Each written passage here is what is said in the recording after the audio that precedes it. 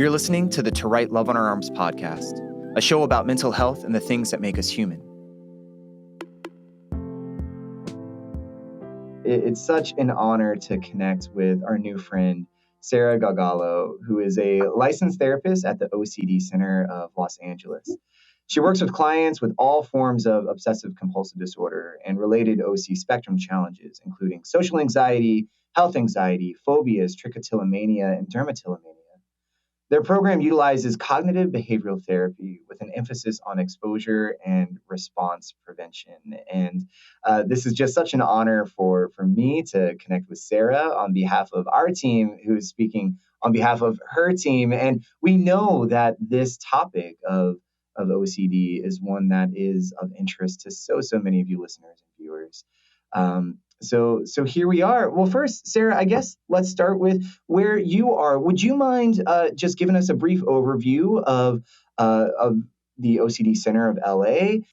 So the OCD Center is a private group practice, private mental health practice that specifically specializes in treating OCD and other related anxiety or OC spectrum disorders. So we specifically use a mindfulness-based cognitive behavioral therapy with an emphasis in gradual and exposure and response prevention. It's a lot of words, but we use behavioral therapy specifically to treat OCD and anxiety-related disorders. We provide a depth of services, so individual therapy. We have associates, we have licensed therapists. There's a range of fees. We also provide a lot of group online group therapy now because of COVID. So we have OCD groups, we have hair pulling and skin picking groups, we have social anxiety groups.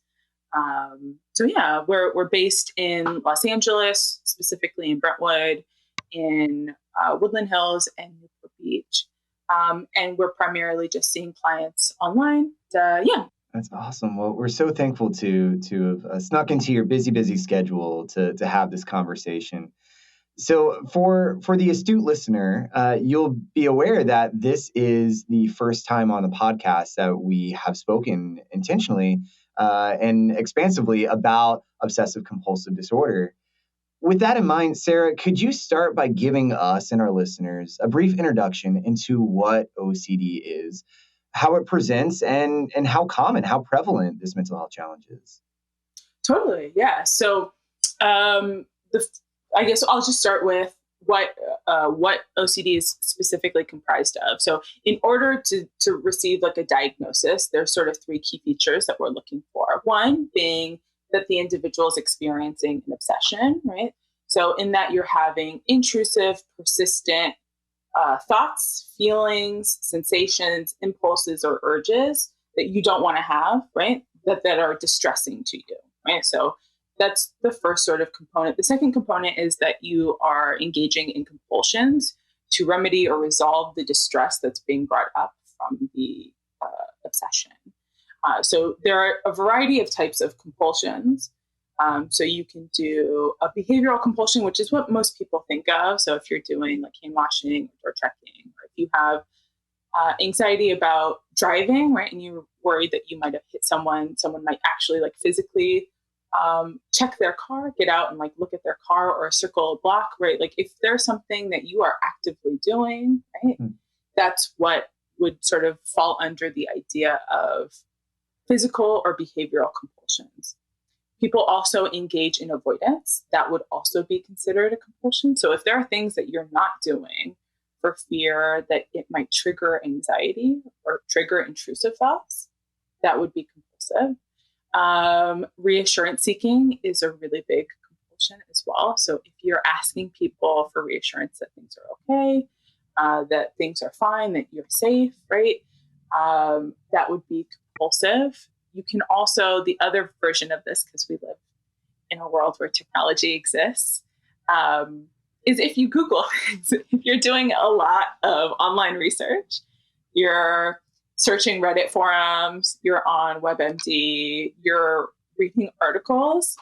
So along with the same line, say you have fear of like hitting someone when you're driving, right? if you're searching the news in your local area to make sure that no one got hit in the area in which you drove in, right, that would be compulsive. So those sort of fall under the idea, or that in particular falls under the idea of reassurance seeking. And then the final compulsion that I think people don't often recognize would be mental compulsions. Because OCD is generally viewed as being something that's really external, right? People don't often realize that the majority of the clients that I work with actually experience mental compulsions. So what that basically means is the rumination, right? But like specific ways that you might ruminate that are in response to the obsessions that you're having. So the obsession you can't control, but the mental compulsion is generally the response that you're having to the obsessive thought. So if you are mentally replaying a conversation over and over again, if you had a obsessive thought that you thought was a negative thought, so you're trying to cancel it out by thinking something good, if you're checking to see if you're, so if I have a client that's worried about harming someone and they're afraid that they might be a danger to someone in some way, what they'll in essence do is like think about a story where maybe someone harmed their children or their parents, and they'll think about it to test to see how they feel around it. That's called mental checking, right? You're doing that, right, to sort of test to see how you feel. That would be compulsive. So there's an array of types of mental compulsions that you can engage in. Those are going to be worth paying attention to and trying to disengage because they do contribute to that obsessive compulsive cycle that really does create a lot of distress and continued anxiety for people. So as you're walking through that, definitely in my mind, I'm having these big questions of prevalence. Are there any reliable statistics out there that can inform us as far as what's the percentage of the population that lives with this? And I mean, that's a bit of a loaded question because, you know, what is this?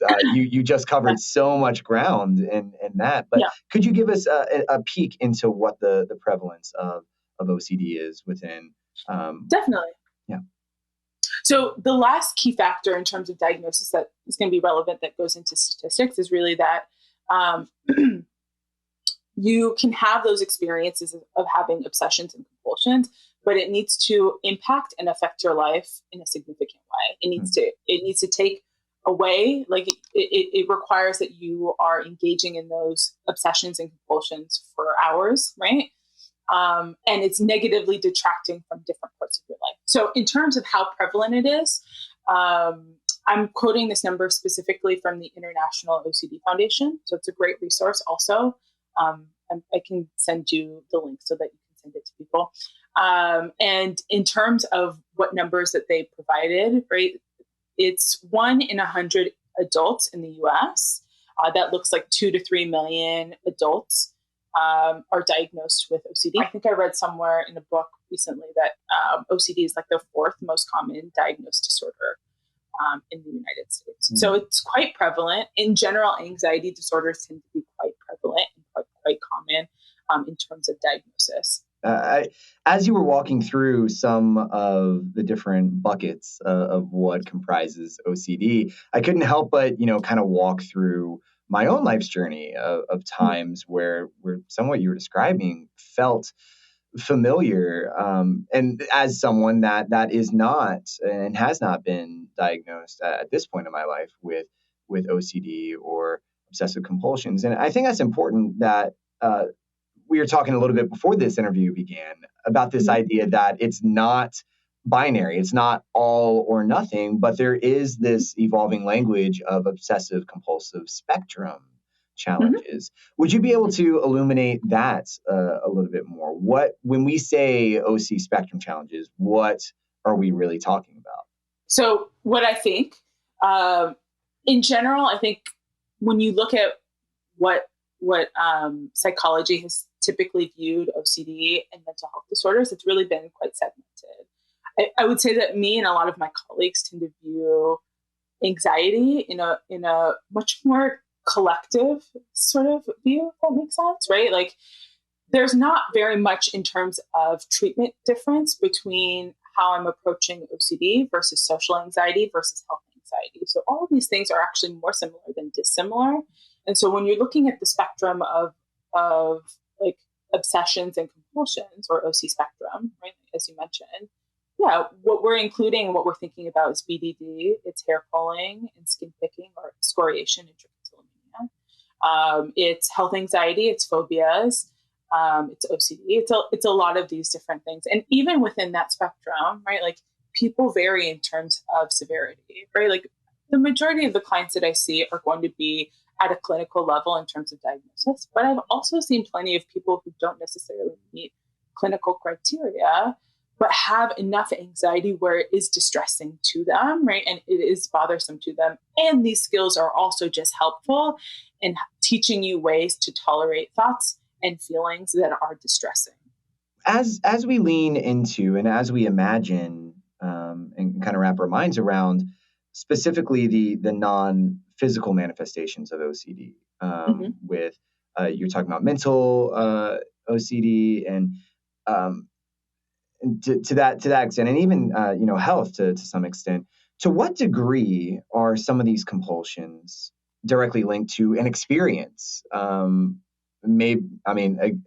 Perhaps it's unfair to ask that question, knowing that there is such a breadth of experience of OCD. But in your experience, have you seen a correlation between a traumatic episode or a traumatic event and how that manifests into disordered thinking or disordered action down the road?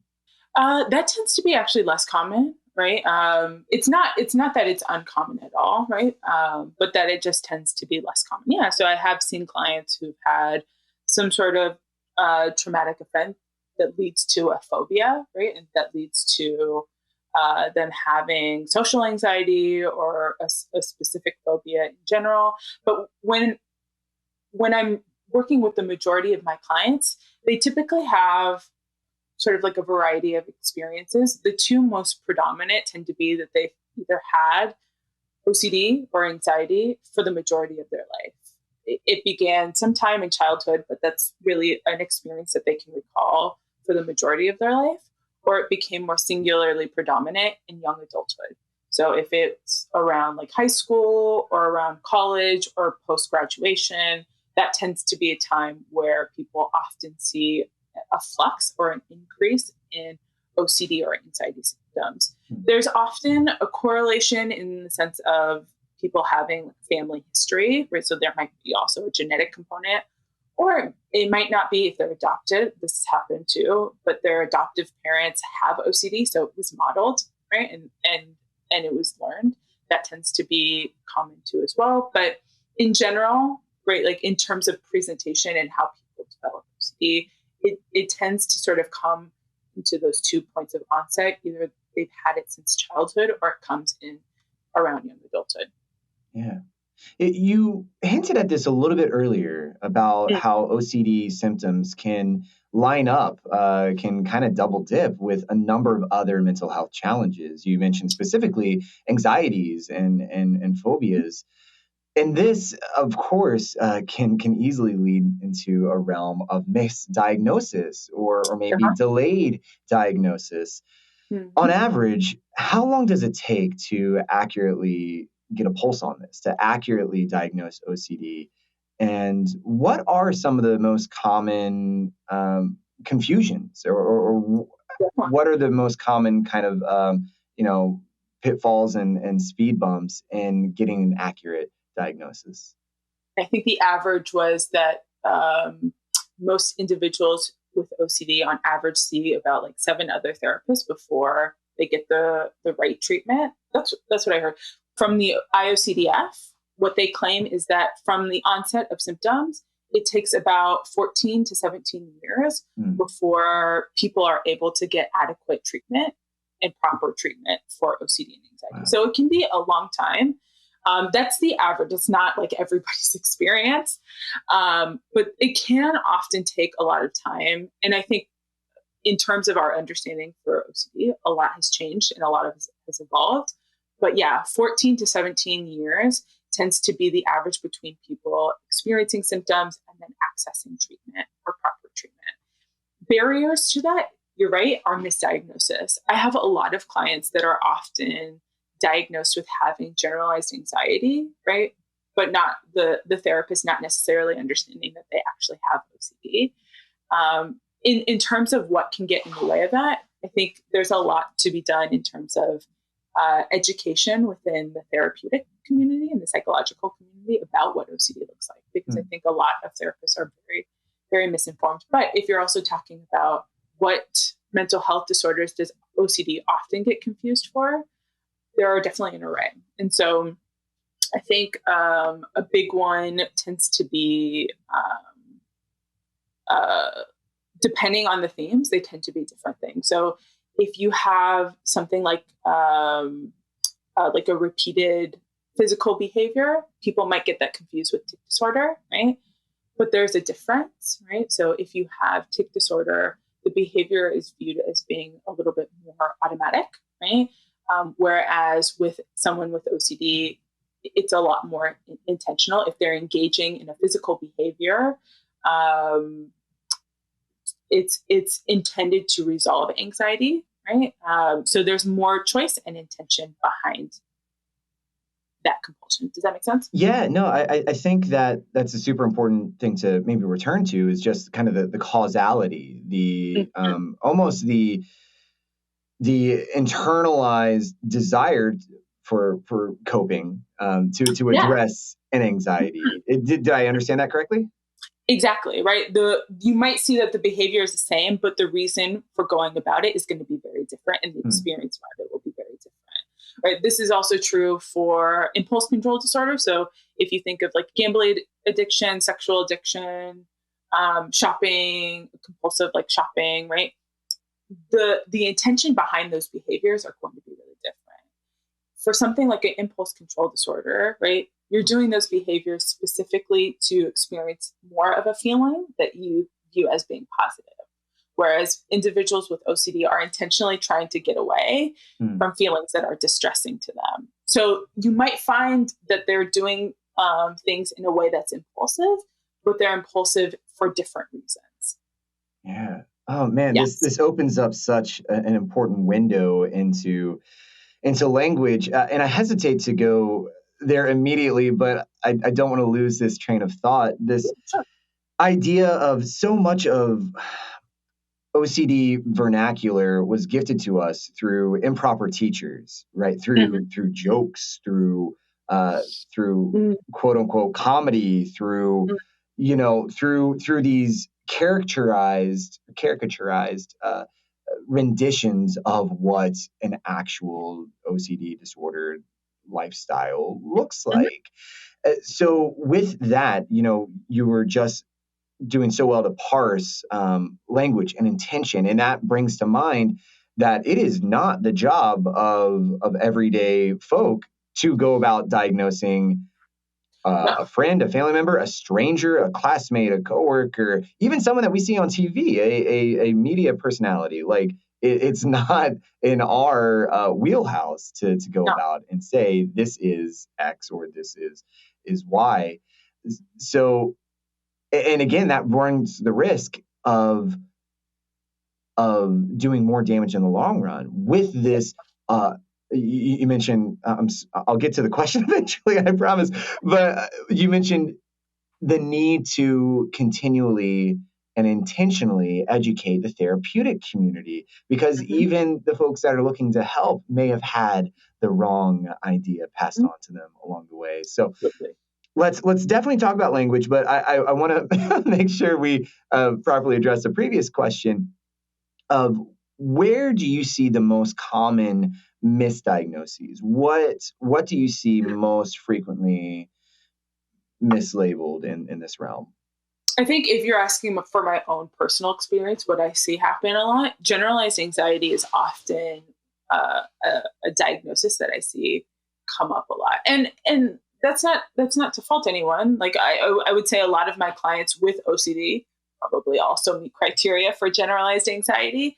But the content of their thinking is a little bit more irrational in the sense of the subject matter, that it's better fit under OCD.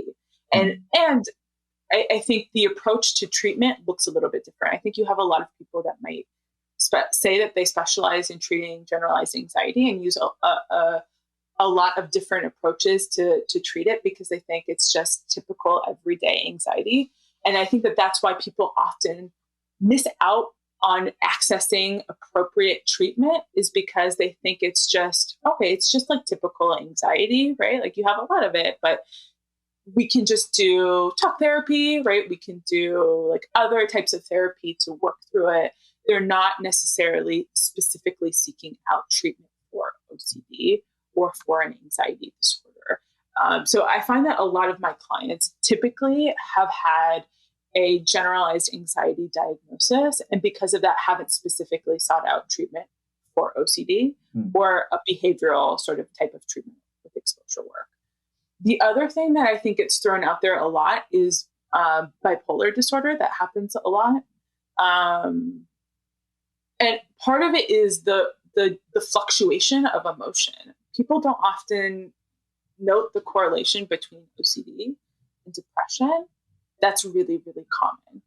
Most of my clients experience that. So they can go from being in spaces where they're really distressed, right?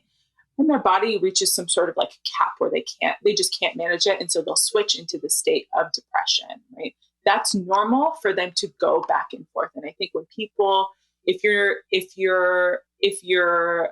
communicating to that experience to a therapist and they're hearing that there's a mood shift, they can often and have often diagnosed someone with bipolar disorder when really they sort of better fit with OCD, especially when you look at their, like, what are your thoughts looking like?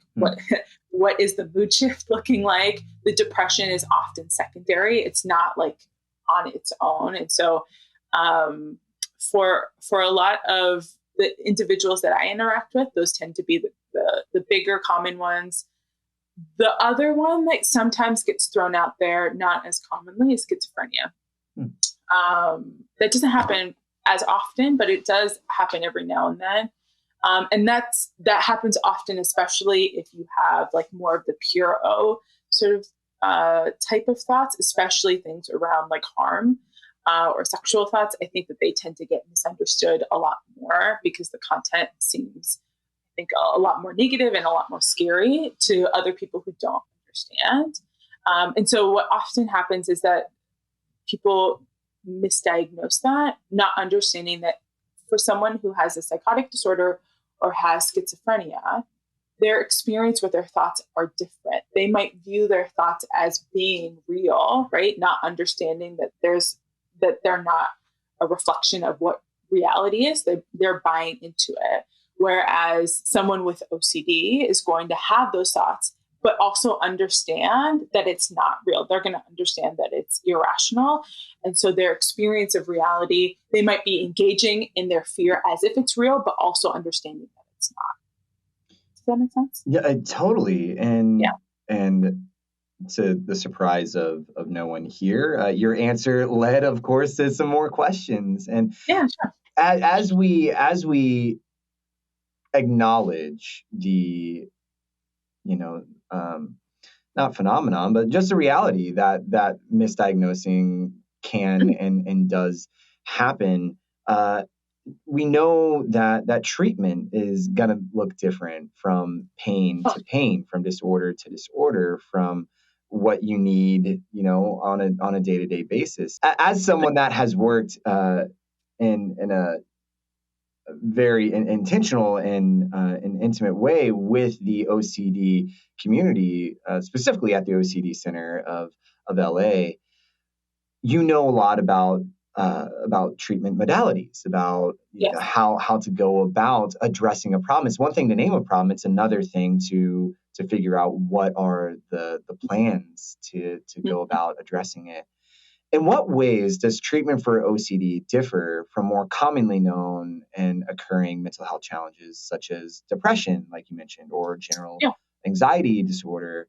And in what ways does OCD and treatment for it overlap with other mental health challenges? I think it's fair to acknowledge that you can be more than one thing. You can have more than one experience. So it's totally possible to have co-occurring Disorder, disorders yeah. that deserve the treatment. Definitely. Yeah. So I would say so if we're comparing the difference between treatment from how we approach treatment for OCD and anxiety disorders and everything else, I think the central key factor of what's going to make it different is exposure and response therapy. That's sort of more centrally different. You might find that there are a lot of different, right, like if you're treating emotion dysregulation or borderline personality disorder, you're going to find that DBT is going to be the central sort of treatment for it. If you are treating depression, you're going to find that the treatment for depression is cognitive behavioral therapy. But that CBT looks different, a little bit different than the CBT that we use, right? So the bigger difference being that we use exposure and response prevention. And just to do a little bit of education, if you guys are curious, exposure and response prevention is a type of behavior therapy that involves us specifically creating what we do is we create a hierarchy, right? Which is basically a ranking of what your compulsions are and what triggering situations would be, and rating them from least anxiety provoking. And that could be like if you're at a 0 or a 1, right? Like super chill. That's what we would start with, and then all the way up to a 10, which would be whatever you would think would trigger a panic attack for you. And we gradually have people engage in these behaviors or disengage from behaviors if they're doing compulsions, so that they can over time develop the ability to tolerate distress and be more capable of handling thoughts or feelings that would typically be really, really distressing or anxiety provoking for them. That's going to be probably the central feature of what we do that's different from what probably anybody else would do in treating any other mental health disorder. Yeah, I love, the idea that different challenges will, of course, mandate different types of treatment. So I think it's important for those listening that if you have at some point gone to a therapist or sought out counseling for a specific challenge in your life and you felt that you just weren't making the progress that you had hoped for, or maybe just none of this was making any sense, that there is a breadth of options for you, that not every therapist is going to utilize the exact same tool set in order to treat whatever it is you may be walking through. And in the case of this conversation with OCD, and I really like the idea of exposure therapy being applicable to people beyond the spectrum of OCD disorders. And it's almost like if you have this goal to run a marathon, it's going to take more than just you're not going to hit it on your first trip on the treadmill, right? Like you're going to have to find ways to build up. You're going to have to find a good coach, a good community around you to give you different perspectives and to increase these thresholds as we approach our goals. Definitely. Yes. Yeah, I totally agree with that. I think understanding that different styles of therapy are different ways to approach change, right? And they have different ways that they go about that, right? With something like psychodynamic or talk therapy, insight is going to be the key generator for what change looks like. In understanding, right? That's how we're going to have insight for how to do things differently, and we can make change that way.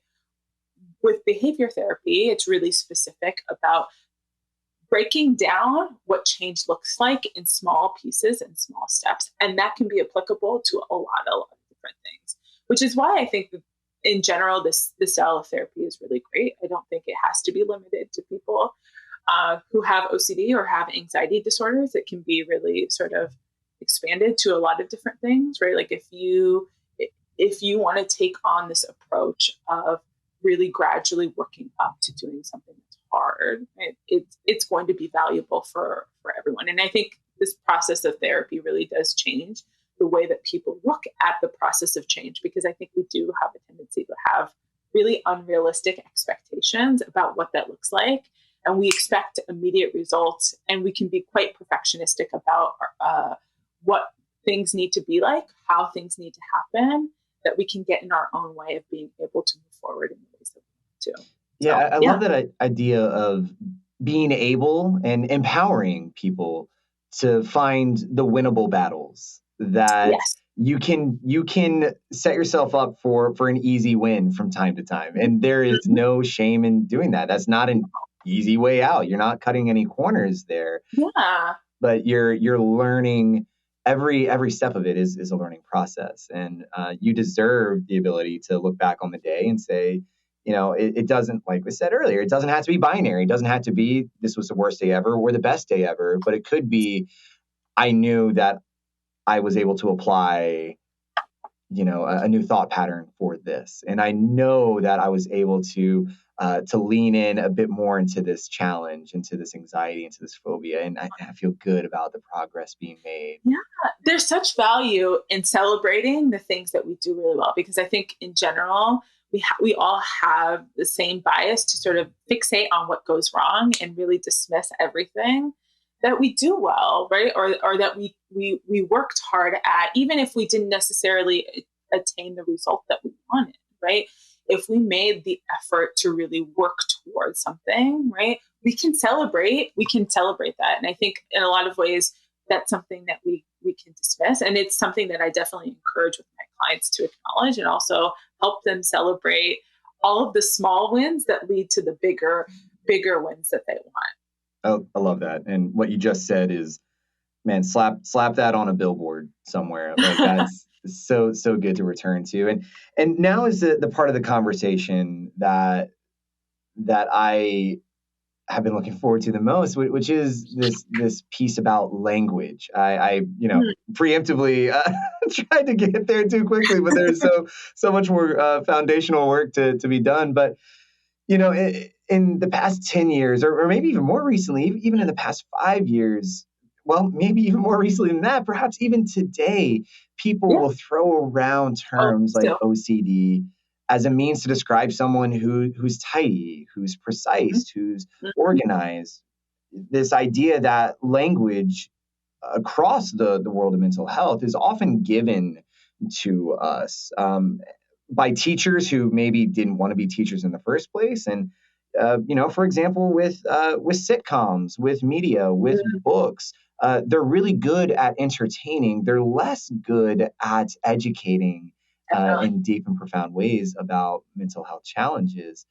So as it relates to just language regarding OCD and how it is often utilized, can you talk about how this inaccuracy in language can present really, potentially severe problems, misguiding forces that we now have to combat above and beyond the actual disorder that we're living with?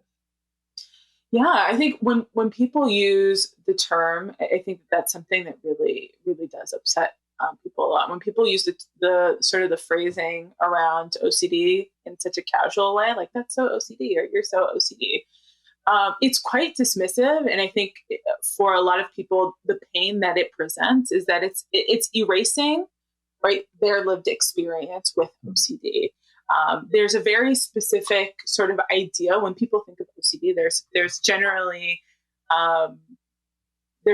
an image that people have about what that means, and typically that's been like contamination obsessions, like safety related fears that involve a lot of checking doors, checking stoves, and that is still OCD. But I think in a lot of ways, what I found to be true is that a lot of the individuals sort of who have more like what we call, it's a myth. It's not actually pure O, because it's not just purely obsessional, but in the pure O type theme, where you have morality or scrupulosity related obsessions, if you have sexual obsessions, harm obsessions, I think that their experience tends to be erased or not acknowledged. And I think when people really talk about that in a really sort of casual way, it can be quite dismissive, one, to their experience, because it's not just tidiness, but two, it's also dismissive in the sense of like how painful and how debilitating OCD can be, right? Like at its worst, it can really sort of like corrode and eat away at people's lives. And so when people use it in such a flippant way, it is hurtful, because I do think that it doesn't speak to how emotionally challenging and difficult it can be to have OCD. So that's one part.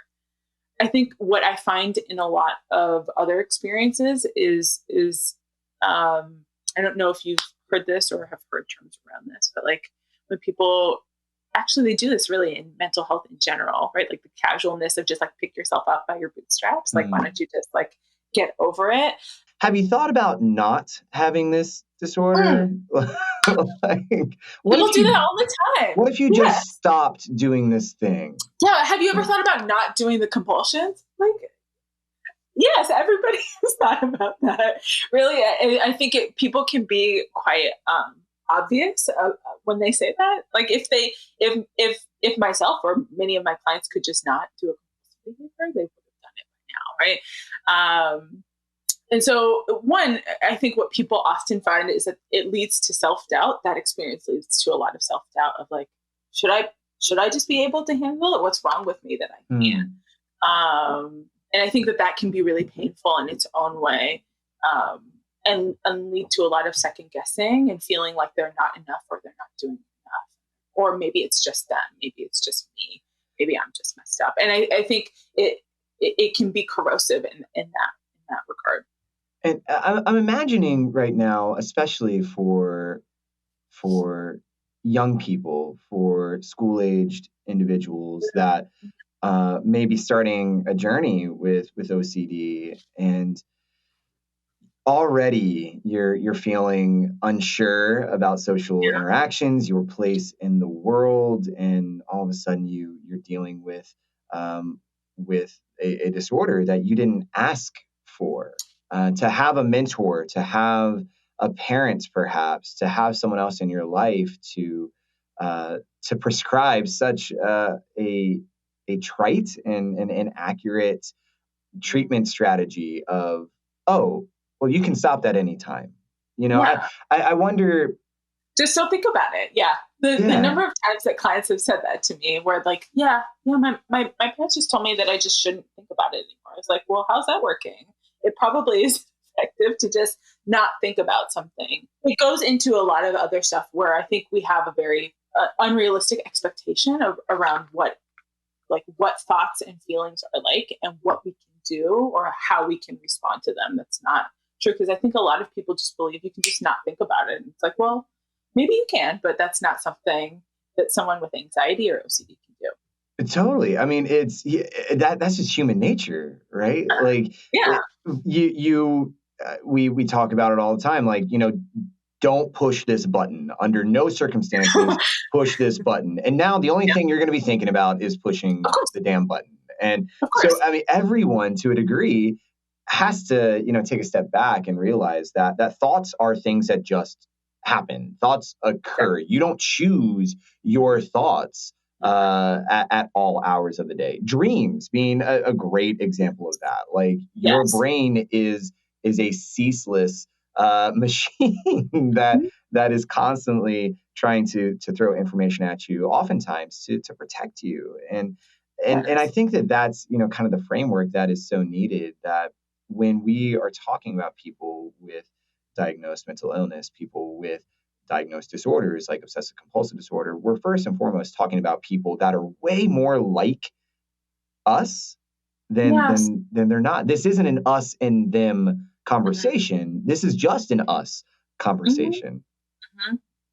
Definitely. And I would say, like, by and large, I would say that people with OCD are genuinely like the most compassionate, most empathic people, right? Like, these are the people that care a lot. They care a lot. They care too much, right? And that's what we're trying to do, is just tone it down so that we're not over attending to every thought and every feeling, right? Because they really do care about how things affect and impact not only themselves but other people. And so it's a great group of people. They contribute. They do a lot to support families and communities.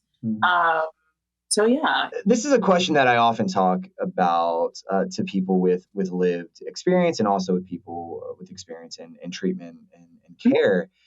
we know there's no shortage of poor teachers out there about mental health. And we need to be discerning in what we accept as reliable information, as well, even sometimes just truth, and what is not. I'm wondering, well, for the people out there that won't be able to audit a class on OC, for people that aren't able to read a book or don't have the attention span to get through, a textbook about this, where, if anywhere, have you seen accurate and compassionate depictions of obsessive compulsive disorder through literature, maybe through storytelling or songwriting, or anywhere out there that you think, yeah, they get this. Yeah, that's a safe place. I've had people recommend different things. So things that I haven't had a chance to get to, so I'm happy to pass them along. If you're looking like in the world of media and where can I see myself, I've heard clients really resonate with the book Turtles All the Way Down. I think it's by I can't remember who the author is, but he did The Fault in Your Stars. That guy, yes, did Turtles All the Way Down. I've had clients really also resonate with the show Pure. Have you heard of that show? I've not. No. It's a British show, and it centers around this girl who realizes that she has sexual orientation OCD, and gets to like this point. I think it's supposed to be her journey to discovering it and then accessing treatment. And it's based off of a real person, I think, who wrote a book. Those two things in media have often been things that people have really connected and resonated with in their ways. In terms of just like literature, as far as like an actual psychotherapy like book, I tend to be quite specific in what I recommend, because I think a lot of literature that is from a therapy space can be quite clinical. So I get it, but sometimes the everyday person doesn't always get it. And a book that I really do recommend, because it's not specific to OCD, it's really open for mental health in general, is The Happiness Trap by Russ Harris. Great book. I love that book.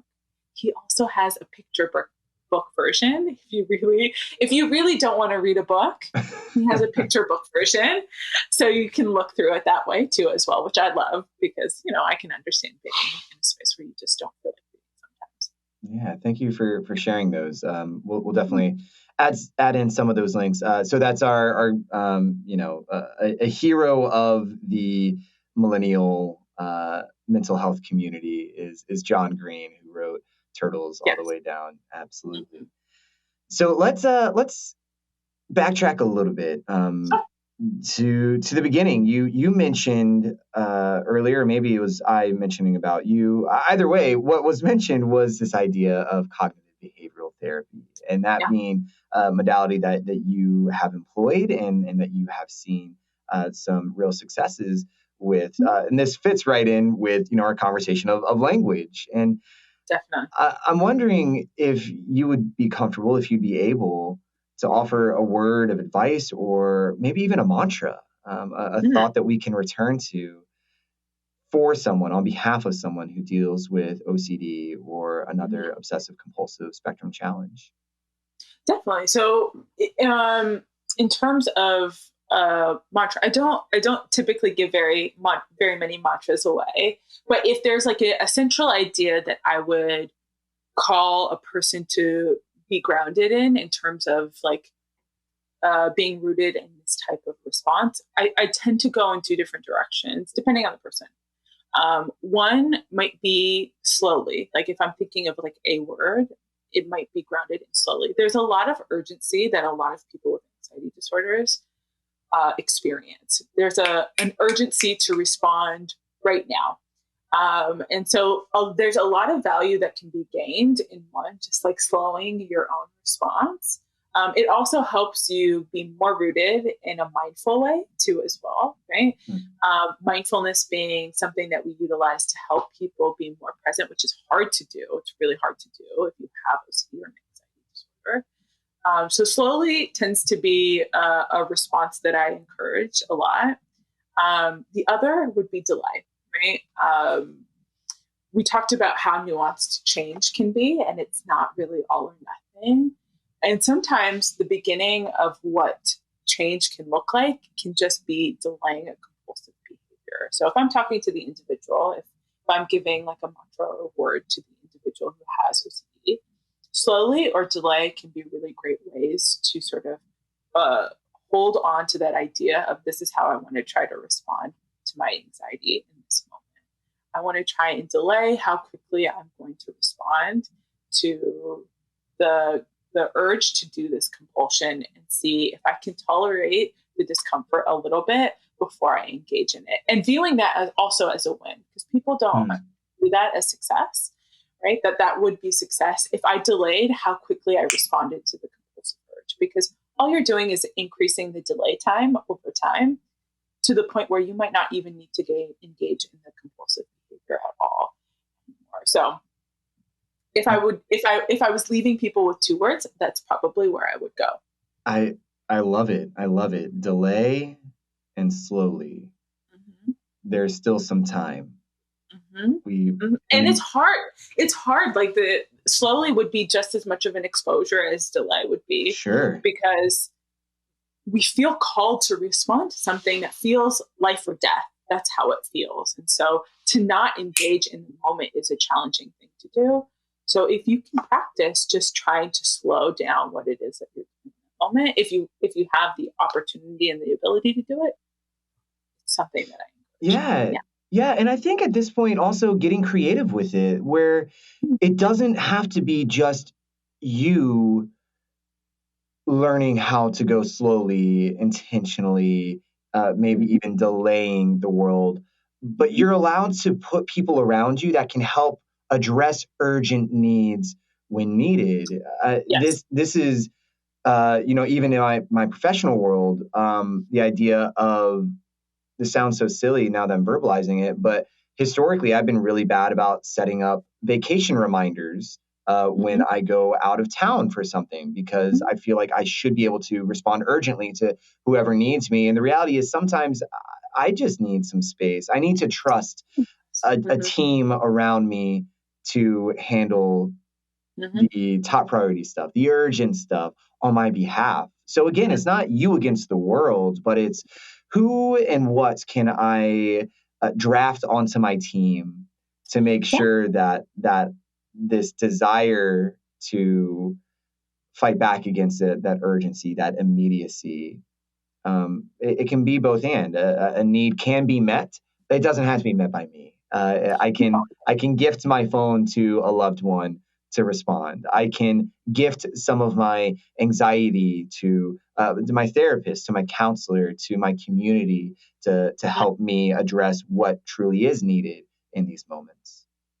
Yes, and I think I'll throw this in there because I know that depending on how you use your community, that can be empowering and strengthening. It can also be compulsive in the same way. Oh, yeah. And so being mindful about, and maybe if someone's working with a therapist, they're going to be better able to understand where that line is sort of drawn, because many of the people that I work with might feel overwhelmed by doing their compulsions and very well ask their family and their friends to do it for them, right? And now a lot of our intention is really to step into that. But you are right that we don't also need to handle everything. We don't need to do all of the things, and figuring out, where is this coming from? Is this coming from a space where I'm feeling perfectionistic and I need to practice letting go of control? Because if that's what it is, right, then what you're talking about is so spot on. If I'm shifting the responsibility to somebody else because I can't tolerate the idea that what if I did it wrong, or what if I get stuck in this, then we want you to engage and practice trying to do less or tolerate the anxiety of not doing the compulsive behavior or having to deal with doing less of it and dealing with the anxiety that comes up with it. So also for individuals that do have OCD and anxiety, that can look really different, how you engage your support system. And it really does, it fluctuates based off of what are you doing and what's your intention. To be totally transparent to our viewers and audience, that's a kind of subtle correction, even with compassion that's needed. Just again, realizing that we're not talking about one thing when we talk about OCD, but we're talking about people with a broad stroke of experience. So yeah, thank you, Sara. I guess to end this, we know that someone can struggle with OCD without being diagnosed with OCD. This is our way of acknowledging the caretakers, the people, the friends, the family of those who love someone living an obsessive-compulsive pattern of life. What advice or encouragement could you give to the person who is supporting a loved one who's living with OCD? If necessary, seek out resources, support, and therapy, right? Like depending on what their level of severity in terms of OCD is, there might be a lot that you're coping with and managing to try and support them.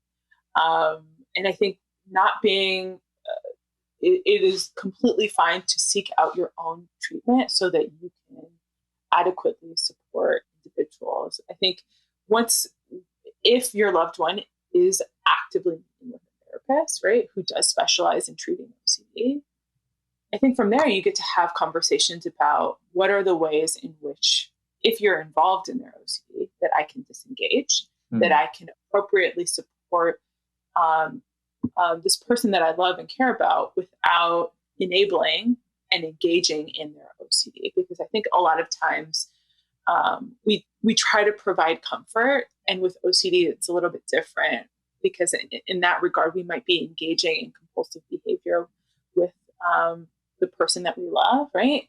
And we might be inadvertently, right, contributing to that obsessive and compulsive cycle. And so learning what are the ways that we're doing that with support and conversation, right? Learning to practice disengaging from those things. There are like resources and community that you can connect to for support if you're a loved one. They may not always be accessibility and being able to access treatment and support for OCD is different, obviously, depending where you're located, especially if you're not in the city. I think it's harder to access care. So if it's getting connected with larger communities, following people on Instagram or on social media that really do speak to the experience of a loved one that has a loved one, or the caretakers for someone that they love that has OCD, that's often like a good thing. And reading literature, I think it helps if you understand, like we talked about, there's a lot of misinformation by way of OCD. And so if you're struggling to figure out or understand what's going on, there are books. There are books specifically for loved ones, so that they can learn and they can understand more about OCD and more about anxiety disorders. Yeah. Where loving a family member or loving a friend is intuitive, caring for a friend or a loved one, family member, is not necessarily intuitive. So yes, lean into the educators, lean into the literature, lean into the support groups.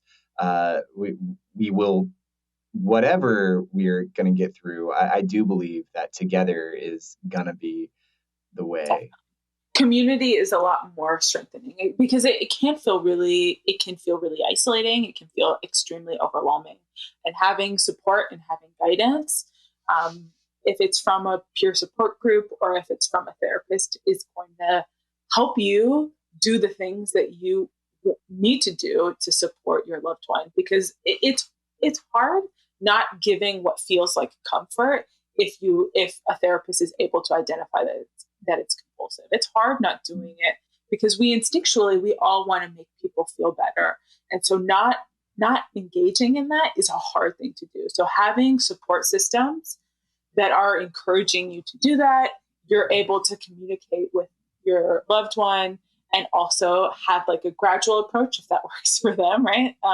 Where you can withdraw reassurance or engaging in certain compulsions gradually. That's a good thing. And it protects relationships, right? Like if your overall goal is to stay in connection in these relationships, these are going to be good things that protect those relationships overall as well. Sara, this has been such an incredible conversation. And again, thank you so much for being generous with your time, with your wisdom, with your insights. If there's anything that we haven't covered that you wish we would have, now's that time. If there's any parting thoughts or things that we really should have touched on, and for one reason or another we didn't get there. I think the one thing I would probably mention, just to also like land on a bit of hope, right, is that if you do have OCD and you have anxiety, it is extremely treatable. Like it's extremely treatable. You can find a significant reduction in terms of the intensity of your symptoms by doing therapy. Like this therapy is groundbreaking for OCD and for anxiety. And in essence, we like a lot of what we're doing. This speaks to like a study. I guess, but I want to say it was in the 90s over at UCLA, they did a study where they did like brain scans for individuals before treatment with OCD and post-treatment. And what they were able to find was that in doing this work, in doing cognitive behavioral therapy, along with also receiving support through medication, right? Like fundamentally in a huge way, they were able to see differences in their actual like brain activity. This work is phenomenal in creating change and changing your experience with anxiety. So if you do have anxiety and you do have OCD, seeking out appropriate treatment can change your experience with OCD and anxiety to the point where it might still be there because you might still have intrusive thoughts, but it might not also impact your life. It won't impact your life in the way that it is at this moment, that you can find significant relief in being able to do this work. So if there's anything that I think that's worth being said, that's probably the one thing that's good to also mention, that this work is powerful and it can change your life. And if you are able to seek out treatment or support in any way, do it, especially if you feel like your anxiety is really negatively impacting your life. Excellent. Sara, thank you so much. We stand behind you and OCD Center of LA, and we look forward to more excuses to connect. Yeah. Thank you so much. Yeah, and then if you're interested in just connect, if the people listening are interested in just also like connecting with us, we have an array of articles. We have a lot of literature and information on the OCD Center website. You can find that at ocdla.com. We have a Facebook page. We have Twitter account. We'll share good information and good literature and education about OCD if people are always willing to learn and get connected with more information.